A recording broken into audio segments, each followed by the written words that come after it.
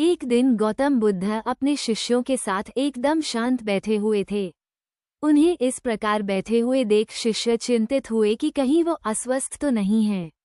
एक शिष्य ने उनसे पूछा कि आज वो मौन क्यों बैठे हैं, क्या शिष्यों से कोई गलती हो गई है?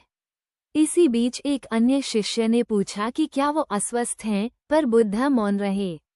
तभी कुछ दूर खड़ा व्यक्ति जोर से चिल्लाया, आज मुझे सभा में बैठने की अनुमति क्यों नहीं दी गई है? बुद्ध आंखें बंद करके ध्यान मग्न हो गए। वो व्यक्ति फिर से चिल्लाया, मुझे प्रवेश की अनुमति क्यों नहीं मिली? इसी बीच एक उदार शिष्य ने उसका पक्ष लेते हुए कहा कि उसे सभा में आने की अनुमति प्रदान की जाए।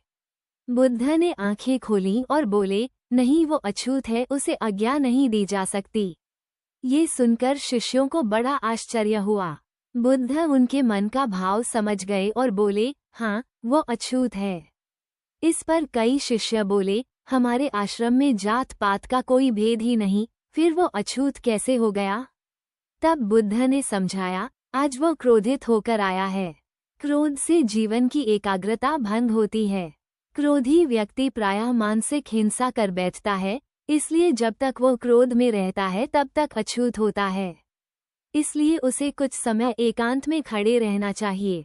क्रोधित शिष्य भी बुद्ध की बातें सुन रहा था। पश्चाताप की अग्नि में तपकर वो समझ चुका था कि अहिंसा ही मनुष्य का महान कर्तव्य व परम धर्म है। वो बुद्ध के चरणों में गिर पड़ा और कभी क्रोध न करने का प्रण लिया।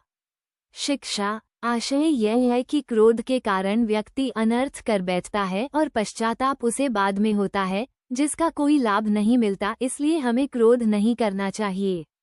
असल मायने में क्रोधित व्यक्ति अछूत हो जाता है और उसे अकेला छोड़ देना चाहिए। क्रोध करने से तन, मन और धन तीनों की हानि होती है। क्रोध से ज्यादा हानिकारक कोई और वस्तु नहीं है।